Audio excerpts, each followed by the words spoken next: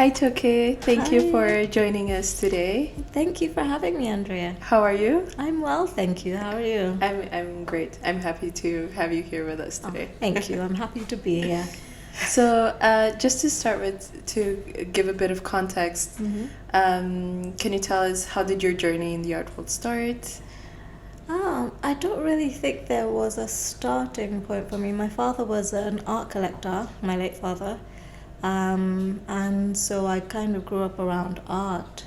So there was always art in the house and artists coming to the house and going to galleries and exhibitions and museums. That was literally what life was growing up. And so as I got older, I did do a little bit of art whilst I was younger and in school and things like that. I did art history as well, as one of my courses. And as I got older, I just found I gravitated more towards creative things because I guess that was what I was used to. And before my father passed away, I started basically just talking to him about his collection because he had a vast collection of art, of global art, not just African art, but it was mainly African art. And we started cataloguing his art collection, and then I started just putting information out there about different artists online just to let people know what was out there, because I go around and I meet a lot of people, but I don't think many of them get the sort of access that I get to art and artists on a daily basis. So I thought it would be nice just to show off what is out there in terms of African art and African artists. What my father would do was he would basically meet artists when they were young or when they were just starting off on their professional careers in art, and he would kind of help them and nurture them and guide them along the way in terms of the sort of things they could do, and he would be a patron to them, basically patronize their work, buy their work, help them to establish themselves as artists, introduce them to people in the art world. And so I thought, well, I don't know if I could fill his shoes or would take his place, but I can do the little that I can. And so that's what I've been doing, basically, just helping the artists that I know of that need my help or would like my help, and trying to introduce them to people I think might be of help, or assistance, or buying art if I can, or just in different ways. And what incentivized your father to start collecting?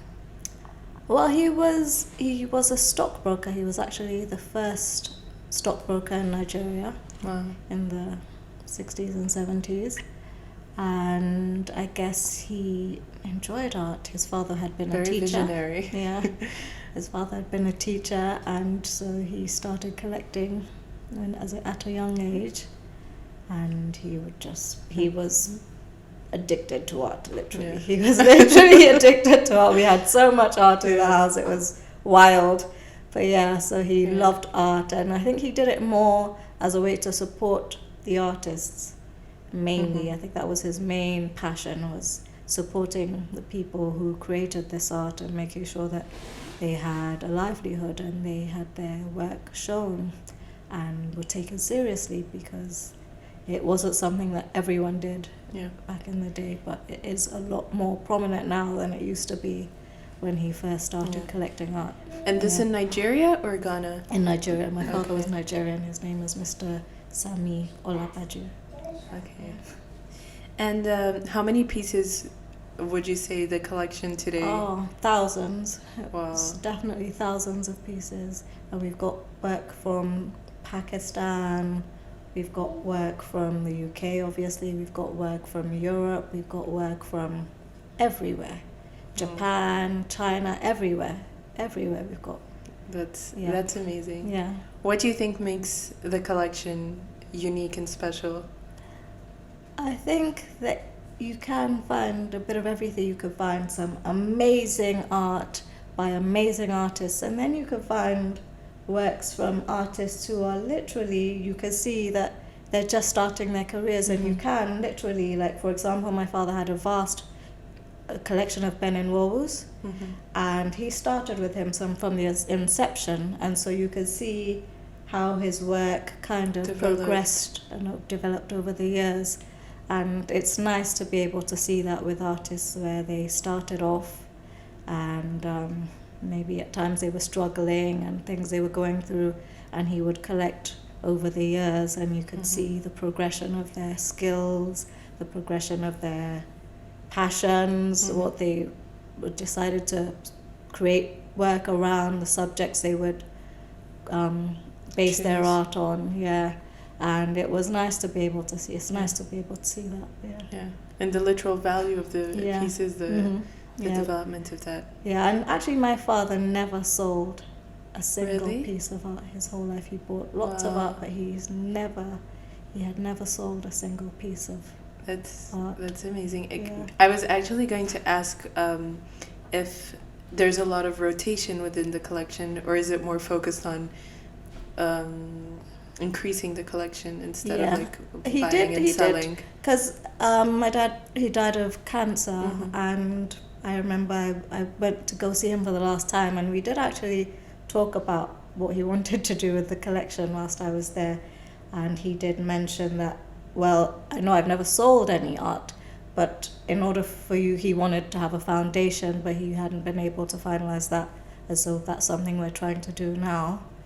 And he said, well, in order for you to be able to establish a gallery and a foundation, you'll need to be able to sell some of the art sometimes in order to bring in more art, because it doesn't make sense to hold on to all this art and not be able to use it in order to do the things you need to do. So he gave you the permission to. Basically. So that was helpful. And it was good to find out what he wanted to be done. Do you think that he had in mind a theme for the collection, like throughout the years, and is it something that you have continued, or do you think it was more of what he liked?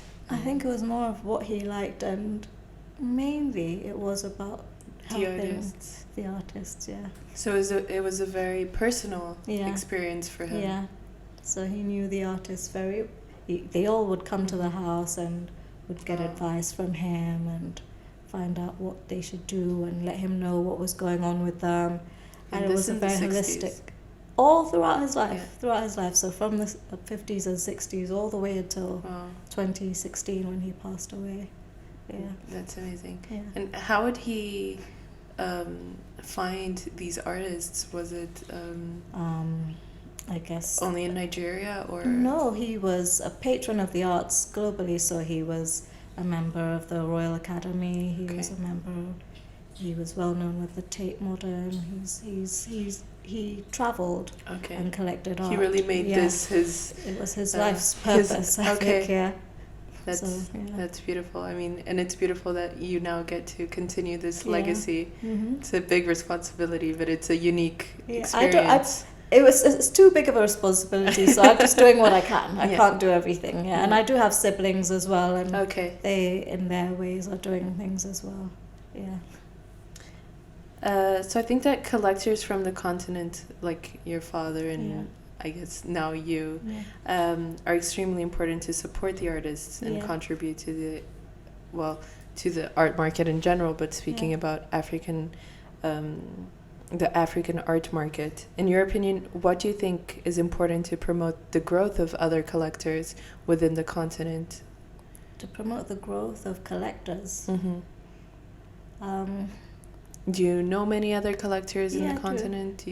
Have you seen the growth of that along the years? People are more interested in collecting. I think unfortunately now, as opposed to in previous years, it's more about a lot of young collectors are looking at it as a way of investment and investing money and growing their wealth, whereas that's not really what art is about. If you look at art, it's about being creative and passionate and supporting the artists.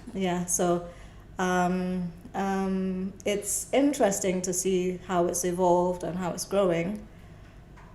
It is nice that there are older collectors who still believe that, well, this is something that I'm passionate about and I enjoy art, not just for what it gains or what I gain from it, but just because of what it is and how it makes me feel and the bigger picture of taking our continent forward. Yes, exactly. Bringing how these it shows our culture and our history and our legacy to the world in an easier way to swallow that perhaps other forms of art or creativity might do. Yeah, so it's nice to be able to see that, and I hope that some of the young collectors will be willing to carry on that passion for art and not just look at it as a way of making money. Yeah. Sure. What would you say was your biggest goal for the collection? Well, at the moment we are trying to set up a gallery. So basically we would like... In Nigeria?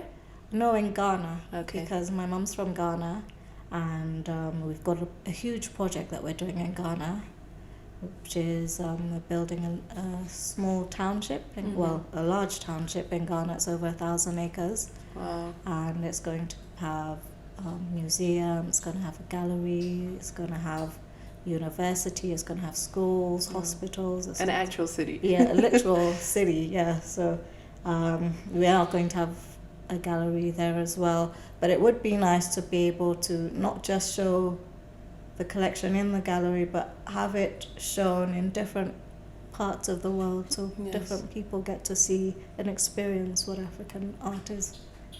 Do you get to lend a few pieces for exhibitions and etc.? It would be something that we would be open to, yeah.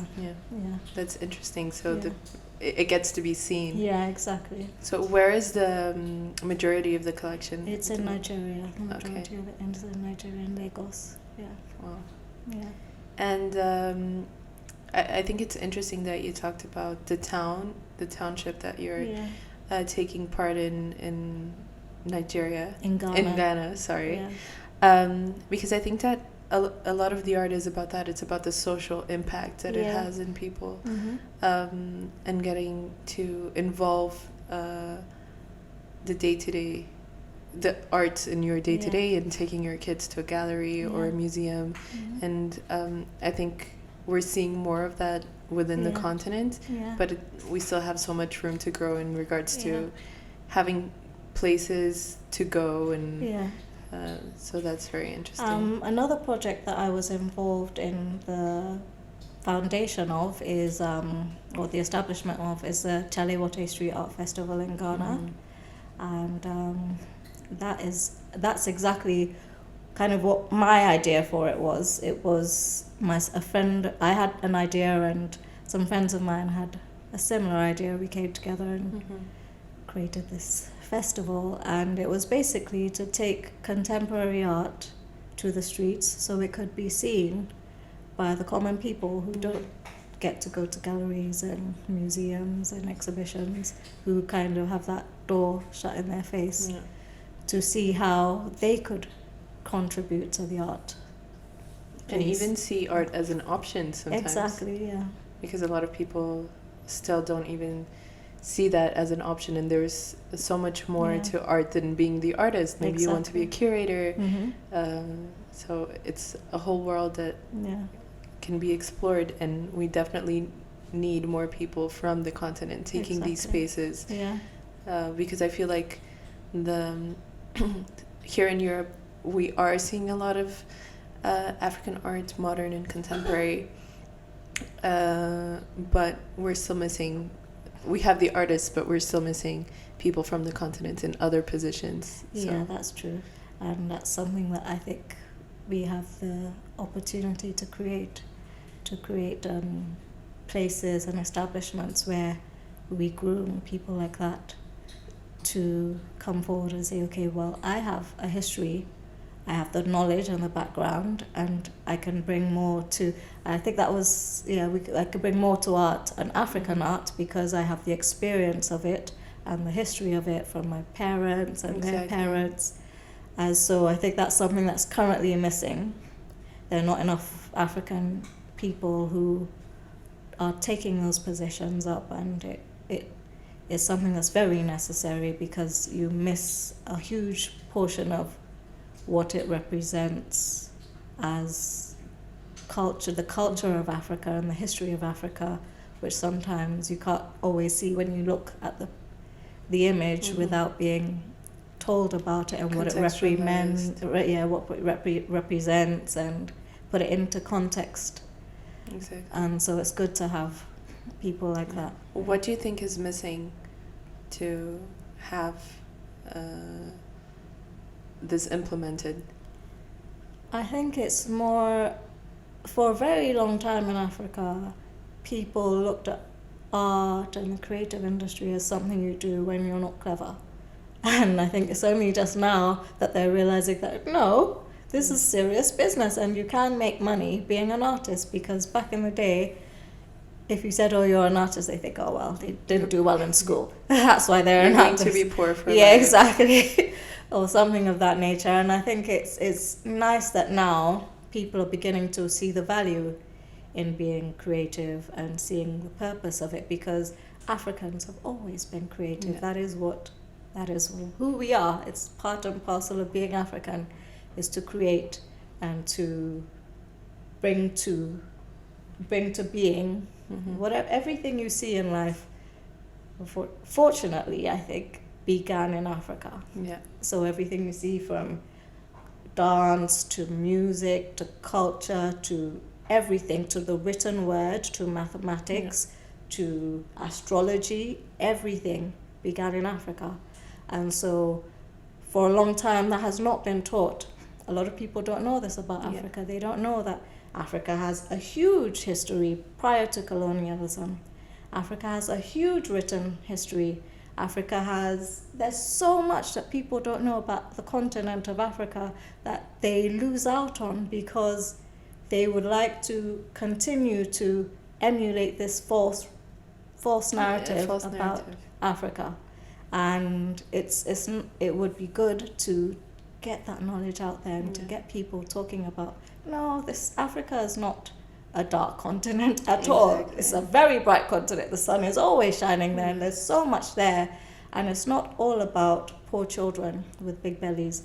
There is a lot of wisdom in Africa. There is a lot of knowledge in Africa. There's a lot of intelligence and so much that Africa has to give. I think when you look at the world and you look at Africa, you'll find Africa gives so much. We give everything. Yeah. We give everything, and it's time we started being acknowledged for the giants that we are. Yeah. And I think that art is just another way of us showing how amazing we are. Yeah. I love that you said that, because I think that that's also part of the purpose that we're here, and for example doing this project and bringing people like you and you doing your projects. It's about that. It's about changing the narrative. Yeah. Because the narrative is always the same. The images are always the same. And Africa is so much more than that. Exactly. But I mean, that's our goal. Yeah. And I think that as Africans, it's good. It's super important to have that, and always in the back of our mind, like, what can we do to change the narrative for our continent, and for people to understand that we're such a rich continent in all aspects. It begins with education, because when you look at the world today, everything you learn about Africa is negative. And so when you teach people, first you teach Africans to value themselves, because Africans do not know how to value ourselves. We don't know, because we are taught that we don't have anything. We don't have culture, we don't have history, we don't have anything apart from colonialism, and that's a lie. So when you teach people that, well, that's actually not true of you, and you need to love yourself and love what you have, and what you're being given, and what you've been taught, and what you've learnt, because they don't value it. Because if you don't value what you have, no one else can value it. And how can you transpire that to others if you don't know it yourself? Exactly.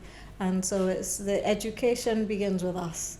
It's nice it's easy to blame other people, but you have to always take responsibility and say, okay, this is about me. This is about me, and this is what I have to do. in order to fix it, because no one can fix it for you. You have to fix it yourself. And we have to be able to take responsibility and say, listen, we have to learn about ourselves. We can not educate other people, and no one can educate us about ourselves better than we can. Exactly. And so we have to be willing to take on that role and say, okay, we have to educate ourselves. We start with the youngest children and say, well, did you know this about yourself? So even when someone's telling you something about yourself which is not true, you can say, no, my parent told me, or I learnt that this is actually the truth, and you can educate them about you instead of letting them educate you about yourself. Exactly. Yeah, and that's where it begins. It begins at the grassroots level with the smallest of the people, with the youngest minds, because that's how you change the world, with not with adults who are already stayed in their ways and they're set in their values systems, but with young people who are learning, and they still have a lot to learn and imbibe and take in. And that's how you educate the world, by teaching young people the truth. I agree. And it's true, because Africa's always summarized to colonialism, and it looks like history started with slavery. Like, we also had kings and queens, and we don't learn about that, unfortunately. And that's important to remind people that we're so much more, and not only focus on the bad things, but on the good. that that has happened. And because it's nice to have art, but if you don't know what began, how it began, or why it's there, or what the purpose of it was, because art is just the end product of language, of communication, and that's why Africans began to draw. It was a way in order to communicate with each other and to pass on messages and to teach each other. And if you lose that side of it, you lose a lot of yourself. So do you believe that art has the power to impact society? And to definitely, in a big, massive way, in ways that you can't do with other things. Because it's easy to learn through art. It's second nature to learn through art. It's fun. Yeah, it's enjoyable. It's you don't feel like you're learning. It's interactive. I agree. Yeah. So just like your father, you also kind of mentor artists now. Yeah, I do try to. How does that work? How do you find these artists, and how do you help them? I don't actually know how I find them. I think it's just kind of a natural progression of things. So you meet people and you talk to them. I've got an artist that I'm working with at the moment. Her name is Nefatu Sise, and she's from Gambia, and I've known her a long, long time. We went to high school together. Okay. And I think she saw that, okay, this person's really into art, and she's always posting art and talking about art. And so she got in touch with me. She's done a lot of creative stuff. She's a fashion designer. She's a shoe designer. She's worked with Nike. She's done a lot of amazing stuff. And now she's going into art. And so we've just been working together on the sort of art she might want to do and how she's putting it together and her process. And she wants to show for the first time at the biennial in Dakar? Dakar. Yeah. Yeah, so she wants to show her work for the first time there, and so we're working on that at the moment. Yeah, but I'm really excited about showing her stuff very soon. So that's the thing about working with emerging artists. I think it's because you grow together, and seeing the evolution of the person as an artist and their work is very rewarding. Yeah. Right. So. And it's nice to be able to not just see it from an artistic point of view, but see it from a personal point of view and what their personal journey has been in order to get to where they are, or to end in being able to present this work. And that's nice as well, to have that backstory So it's a great thing, a great experience. And how do you see the art scene in Ghana? Do you go back regularly? Yeah, I do. I was in Ghana, I think, all of last year. Okay. Yeah, because, well, the pandemic. So I was in Ghana for all 2020, yeah. I know time is the calendar is weird now with the pandemic. I never know. So 2020, you spent most of your time in Ghana. Yeah. So and it was great because I've seen the Ghanaian art scene develop a great deal in the last 5 to 10 years. Because at first they've always had art and artists, great artists like Wiz, and there's so many of them. But, but they've always had amazing artists in Ghana. And it's nice to see that now they are doing more and showing more and coming out more, and more people are taking an interest in the art in Ghana because they have so much to offer. There's so many talented artists in Ghana. Yeah. It's amazing, from little children in places like Jamestown to people going to KNUST and the universities in University of Ghana. They've got so many artists, and literally in Ghana, it's a very creative place. Everything is art in Ghana, from the signboards to the advert. Everything is art. Like, there's a creative aspect to everything, and it's in their culture, it's in the culture, it's in their history, it's in everything they do. So it's exciting to see Ghana. Yeah. I was going to ask, how has it been, because since you've been involved with the art world forever, since you can remember, how has it been to see the evolution of African art, African contemporary art along the years? I think it was something that was always going to happen, because you can't have Africa without art. It's just not possible. It's always been there. So it's something that was inevitable, but it's nice to see it happening now. I have fears about the art scene in Africa, because, like a lot of things, a lot of it gets taken away and gets maybe misconstrued, and it would be nice to see Africans taking responsibility and taking a stand and saying, this is ours and we want this and we're going to show it in our way, and not wait for someone else to come and do it for you like we always do. So it would be good to see Africans being like, okay, taking claim, making a claim and saying, this is our art and we are proud of it and we want to show it to you, and that's not the way we want to show it to you. We want to show it to you like this. And we want to lead this journey. Exactly, yeah.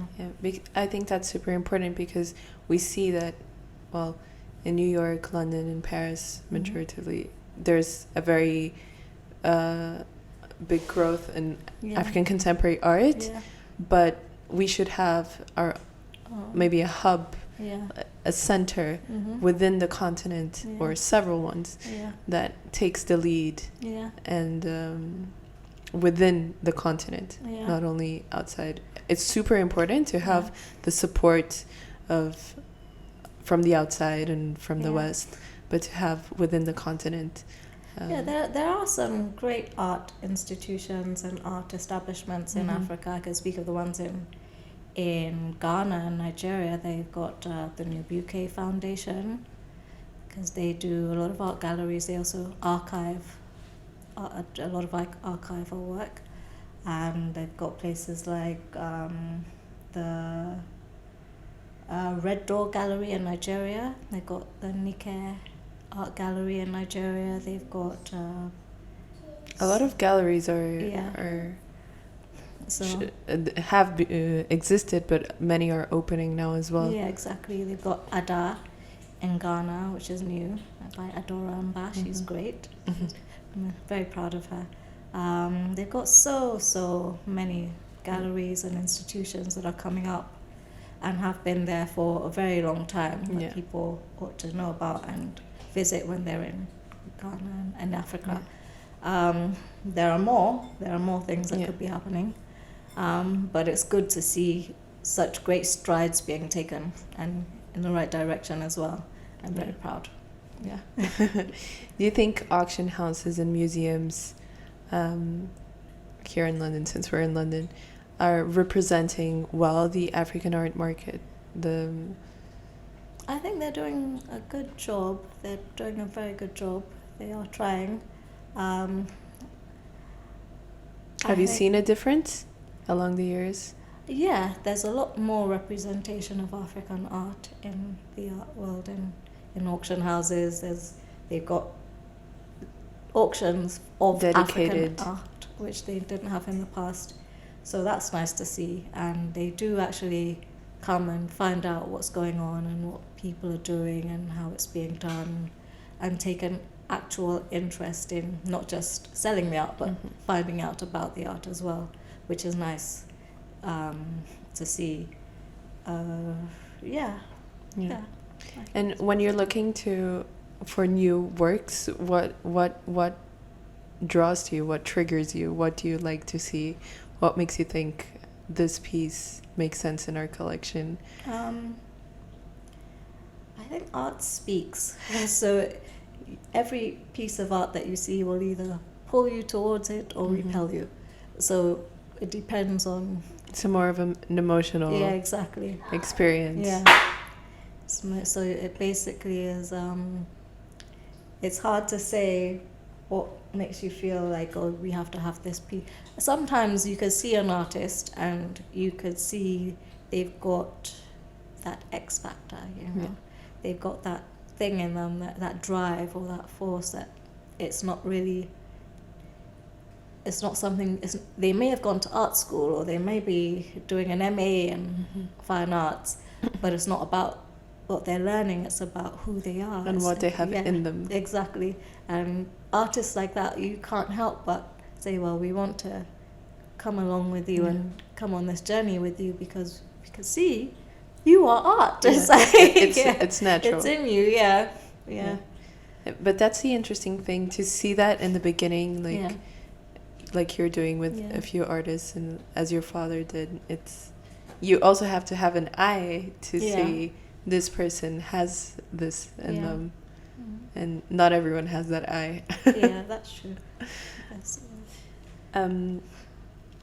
Which countries within the continent do you think are thriving in regards to African art at the moment?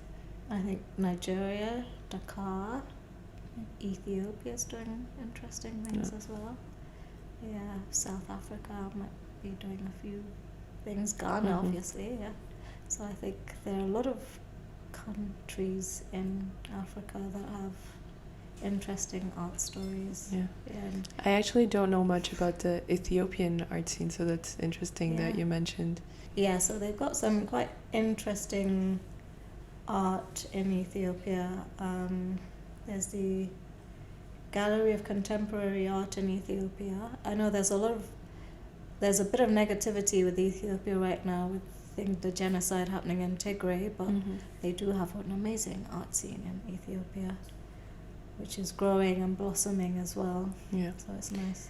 What do you think is missing to support the artists in Africa? People always say money, but you don't really need money to create and to be creative. I do think you do need some sort of support, so maybe places where you can create your art, like studios, resources, like paint, like basics, basically. It's nice to also be supported, not just supported by people you don't know, but to have your family be supportive of your journey, because, like I said, it's a new thing for families in Africa to be like, oh, you're an artist, that's great, let's support that and let's push you in that direction. They'll say, why aren't you a lawyer? Why aren't you a doctor? You need to go and do this. So it's good to have support or a support system, just so you know that it's possible to get to where you want to go. And the more and more people you see doing it and you can look up to, it will... Exactly. And get some sort of feedback and response for people to say, oh, this is nice, but maybe if you did this, or it would work support better. Positive support or positive feedback. Maybe not necessarily the feedback that you want, but at least that you need. Yeah, exactly. The feedback that you need, exactly. Yeah, creating these communities. Yeah. I think social media has changed the game, where artists can show their work and kind of reach globally. Yeah.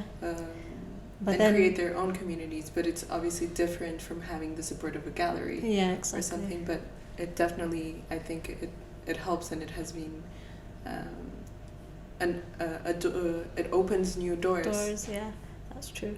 I know there's a lot of misappropriation of people's art, so a lot of artists sometimes are wary of putting their art out there because they don't know where it's going to get to and who's going to take it and say it's theirs, and not give them the acknowledgement that they perhaps might want.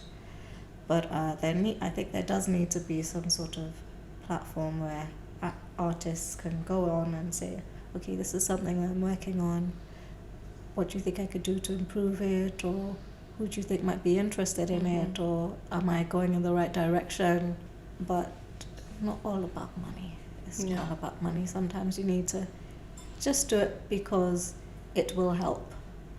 I think sometimes people need to remember that you don't get to where you are by having money or by having to pay your way. Sometimes you just have to just support, just give what you can and give back. Sometimes it's good to give back. And so it would be nice to have a platform where African artists can just support, maybe even if it's just support from each other. Yeah, just support from each other. Have older artists say to younger artists, maybe if you did that, or if you went this way, or I've experienced this, and this is maybe a good way of going about what you're trying to do. That kind of support is also beneficial too. So these are things that we could think about going forward and say, okay, that's a way of it. And they might not even be that hard to implement. Exactly. Like these communities and these creating these support groups. Yeah. Nearly. And these are things that it doesn't take rocket science to do it. It's just bringing people into a room and saying, why don't we think about this and how can we it doesn't need to improve be expensive. This. Exactly. And that's something that's easily done anywhere in the world. So it doesn't, people always want to think of the huge massive edifices and massive projects, but sometimes it takes the little things to start small. Exactly. What advice would you give to young collectors or people that want to start collecting and supporting artists and support African art? Do it from a positive place, from a place of actually wanting to support. You don't have to have money. Everybody always thinks, I have to have lots of money to be able to collect art. A young artist who's just starting out might just need a little bit of money to go buy some paint. And you can say, okay, I'll buy that piece for a little bit, or I could buy you some paint in exchange for your art, and that's how you support artists. Sometimes it doesn't always have to be a massive gesture, or I bought this piece and it was £1,000, and it could be something small that you do for someone that that you think, okay, this is someone who looks like they could be interested in art or could have potential. And that's how you start collecting. And that's how you collect one piece, you put it up on your wall, and someone sees it and says, oh wow, I love that. Where did you get it? And you introduce them to the artist and you create a rapport. It's all about creating relationships. That's what collecting art is about. It's about creating relationships with the artist. It's not just about the art, it's about the artist. Creating positive relationships with the artist. If you find people that are creating art and there's a way that you can support their journey, you do that. You might not get anything out of it, but you know in yourself that, well, I've helped, I've done my bit, and as a result you might buy their art, you might show someone their art, you might say, there's this guy who paints. I've never bought any of his pieces, but he's an interesting artist. You might like him. And introducing them to people, that's how you start collecting art. Yeah. I think people need to be patient. Yeah. And need to... Tolerant. Yeah. Yeah. Because it's about characters and personalities as well. Yeah. You need to be a bit understanding of the fact that the person you're dealing with is not from where you're from, and they don't have the same background as you. Or the same privileges. Or the same experiences as you. And so you have to be humble, both sides. You have to be humble and try and understand each other. And that goes a long way into creating. How do you see the future of African contemporary art in 10 years? Wow. Gosh, that's a hard question. Or the role of your project in 10 years. Where do you see it in 10 years? In 10 years' time, it would be nice to have an establishment where young artists feel like they could come. And they'll be welcomed. And they will be represented in the best way possible, in a holistic way, not in a way where, okay, sell it for £1,000, sell it for 10 million, and you just started and you don't have any experience, but we want to make top dollar. You have to sell expensive. But more start. Here's a piece of paper. Here's some pastels. Here's some tools that you could use. You go off and see what you could create and come back and we'll see what we could do with it. Yeah. Or you go off and meet that person or take that journey or go to that institution, or we'll pay for your education so you can learn because you want to learn. That's what you say you want to do, and to help people in that way and hopefully create more generations of artists and more art and more stories. That's what I would like. Yeah. So to finish off, we always finish asking, when was the last time you felt truly inspired? Gosh, I feel inspired every day. I have inspiration right there, as you can see. Yeah, I feel inspired all the time. But I felt truly inspired. Let me think. I think it was during the pandemic, seeing people come together in amazing ways that they wouldn't normally have been able to do had they not had that issue or that unifying problem. And in our adversities, we always find that, it's great, we can support each other, and we could be supportive of each other. And that was inspirational for me, because it did show that the human condition, as complex as it is still very simple. We all want the same things. We all want support, we all want love, and we all want understanding and to be accepted. And if we can all just remember that, that person standing there feels exactly the same way I do. They go through the exact same sort of issues. People don't understand them. People don't see where they're coming from. But just remember that that's just another representation of yourself. It makes life so much easier. Yeah. Thank you so much for joining us today, Toke. It was a pleasure, and looking forward to see all your projects. Thank you. Thank you for having me. I really enjoyed talking to you today. Thank you.